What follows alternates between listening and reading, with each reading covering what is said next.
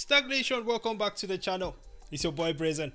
Double O in the house. Today we're going to be talking about how Bitcoin can liberate some African nations. Right? As we know, based on the current system that we have right now, African nations have always been under the thumb of external actors. Thumb? The thumb. Under the leg. Is it the leg? The boot. Next, The shoe. stepped on. The tire of external factors, right? And so for many decades, right, we can see that African countries have been plagued by economic instability, war, corruption, and financial dependence on three-letter institutions, right, that are of no official government, if you will, right? However, Bitcoin has the potential to change all of that. One of the benefits of Bitcoin is its decentralized nature. Unlike the traditional currencies or fiat currencies, which are controlled by governments and financial institutions, Bitcoin is not subject to the same level of control, mismanagement, or corruption and manipulation. This means that African countries that adopt Bitcoin as a currency, and we are already seeing some of them consider it. I mean, we saw Nigeria flip-flop within 1 year on this, right? Leadership, man. Exactly. This has a potential. We have BRICS nation coming up as well. BRICS Plus. BRICS Plus, right? I think that these have that potential, and there's a window there for African nations to finally free themselves from all these economic constraints and external actors that have suppressed the continent for so long. You say external. I say external and internal. I also like to say it's not a window. It's a freaking giant door. It's a giant door. Hey, listen now. We're in stealth mode. It's a giant door. It is a giant door, and I hope that I believe that we will take full advantage of this. Yeah. I mean, escaping the franc or the petrodollar, The French franc, and being able to trade globally. Yeah. That's what you call decentralization. I think that's going to create for a lot more economic growth. And then in terms of the blockchain itself and the ledger, it's going to ensure that there's more transparency and equity in the way these countries are governed internally. So all this corruption could be somehow eliminated. it can be reduced. Yeah. And I think El Salvador is a nice use case. I'm definitely keeping a close eye there to see how that unfolds. Yep.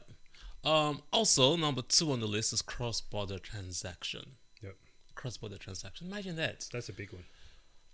Trying to fight the exchange rates between countries. Right. As a matter of fact, African countries right now do not really transact with one another. They rather transact with China and the USA and Russia.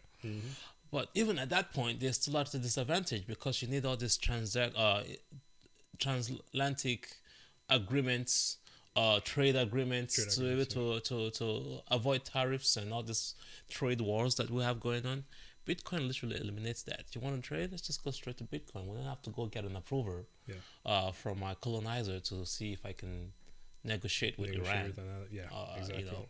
Iran is just another country out there trying to survive. The resources are yours. You should be able to use them as you see fit for your own benefit. Hey, IMF don't come after me, man. I'm just saying, people deserve their freedom. We They all should deserve have our it. freedom, man. Yeah. We were born free. We will die free. So on and so forth. Right?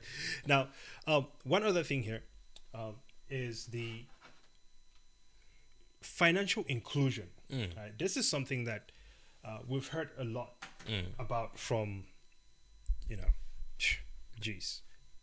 the traditional banking system, right? Especially here in the United States. This idea of having everyone have a bank account, this financial inclusion, and everyone is able to transact with the unfortunate thing is, right here in America, there has been restrictions on financial inclusion from a racial perspective. Okay? For many years. We're not even going to go down that route right now. Then you take it over to Africa, you see that there is just the lack of that financial inclusion due to the lack of developments. Corruption as well, as well as just outright. I mean, I don't know how it was to put it, but it's just continuous corruption and suppression by external factors, we'll call them that, upon the nation. Unfortunately, African leaders themselves, right, are at the forefront of this insanity. So we see that Bitcoin can bring about liberation, Tell them. right?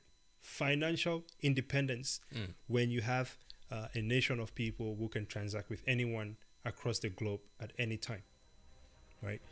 So, Give the speech. the speech? Okay, thank you. Hang on, let me roll back. Hello, am I talking to someone? Dear Africans, this is your chance to liberate yourself. Bitcoin is here, and this opportunity will only come once. It is a massive door. If you miss this one, then you deserve to be broke. If you miss this one, you will always drink water from a stream and never from a faucet. So buy a phone. Well, do you think they have money to buy a phone? You don't even need a phone. You don't even need a phone. No, you need a phone. You need a phone. You don't have to be on the internet. Well, you don't have to be on the internet. But I mean, everyone has a phone, okay? Yeah. People in third world countries these days have access to phones. And so I believe that Bitcoin is going to change the game by allowing everyone with a cellular device anywhere across the world to be able to have their value stored by themselves, that's self-custody, transact with anyone across the world, right? Whether you're working online and getting paid in Bitcoin, and most importantly, be able to store your own wealth. Financial independence is what this is all about. And I think with this, we will see people rise out of poverty, for sure. What are your thoughts?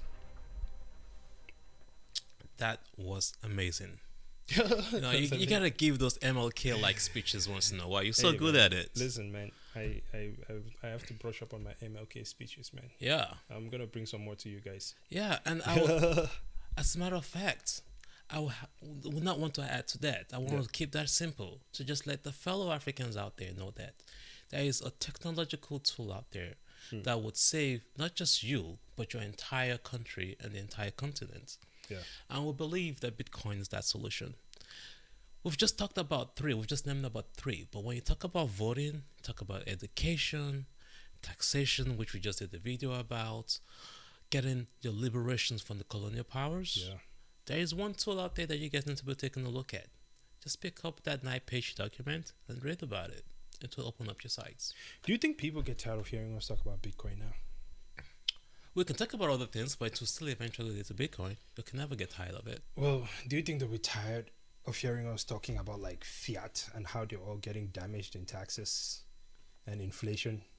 That is why we provide the education to get you to realize that don't be like that monkey that has been in that cage. Sorry, I'm using the word monkey, but it's just How an can you be saying experiment. sorry for using the word monkey, bro? Well, it's the actual experiment. I If don't you- want them if you thinking said- I'm calling if you Africans said- monkey. If you said a snake, would you have to apologize for it? The term monkey is a big If topic. someone is offended by the term monkey, man, Jesus Christ. Because that's the other thing too, bro. We have to watch ourselves, man. Yeah. Because we start censoring ourselves without anyone even asking us. That's how you know that it's been pushed up on you. It's a topic called African. Don't be the monkey. Carry on. Yeah, so there's this experiment out there about monkeys being put in the cage, and after you take those that have initially experienced the variant, and then you put some new ones in there, everybody in there thinks that it's the norm for things to be this way. The fact is that it's not. So we're just trying to get you to realize that social experiment do not become that end product that they want you to be. Absolutely. You can fight back to get back your systems that you want peacefully. It's a peaceful revolution. Yeah. That's what is still mind-blowing to me about this, because if everyone was to opt out and hop on the Bitcoin standard, what will any government do about it? Actually, as a matter of fact, governments need it. That's our next video. How can governments they do need implement Bitcoin? They need it. But, well, I think that is it for now. Let's close this one out there. Thank you so much for watching, ladies and gentlemen. Yep. Let us know in the comments. What are your thoughts? If you disagree, that's fine. Maybe you should come school us so that we can, get online, get back on fiat, Yep. etc., etc. Until next time, please make sure to follow us on our centralized platforms: YouTube, Twitter. Is anyone on Facebook? It's going quietly these days, man. Zuckerberg is on Facebook by himself now with his metaverse. He's using it. He's all the users. Instagram and of course Spotify. Yep. Until next time, any final thoughts, Double O? Double O is out, baby. All right. Peace.